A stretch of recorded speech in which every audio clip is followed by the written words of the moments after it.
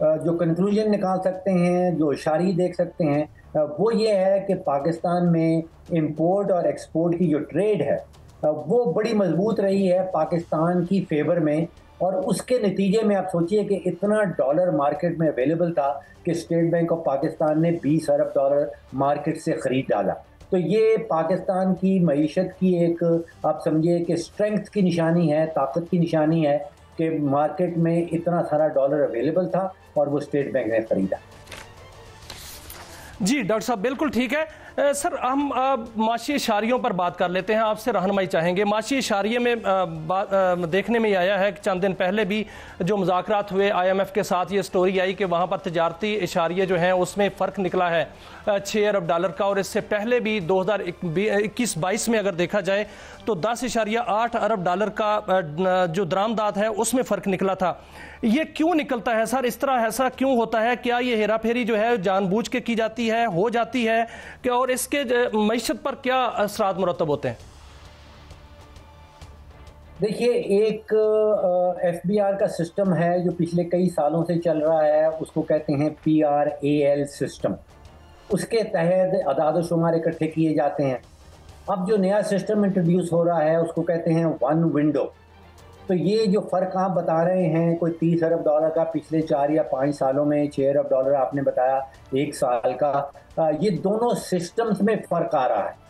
اب یقینی طور پہ یہ نہیں کہا جا سکتا کہ کوئی جو ہے وہ آپ سمجھیے کہ ہر ہیر پھیر نہیں ہو رہا، ممکن ہے کہ کسی حد تک ہیر پھیر ہو رہا ہو، لیکن یہ اصل فرق جو ہے وہ 2 سسٹمز کے درمیان میں ہے، اور پاکستان کا جو مالیاتی نظام ہے وہ جا رہا ہے ون ونڈو کی طرف۔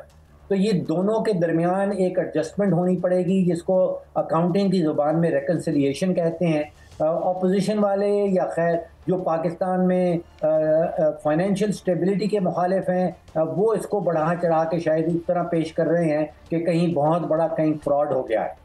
میں یہ سمجھتا ہوں کہ یہ دو سسٹمز کے درمیان ایک ریکنسیلیشن کا معاملہ ہے۔ ایک پرانا سسٹم ہے اور پاکستان پرانے سسٹم سے نکل کے نیا سسٹم جس کو ون ونڈو کہتے ہیں اس کی طرف جا رہا ہے، اور دونوں سسٹمز کے درمیان میں ریکنسیلیشن گیپ جس کو ہم کہتے ہیں، یہ وہ سامنے آیا ہے۔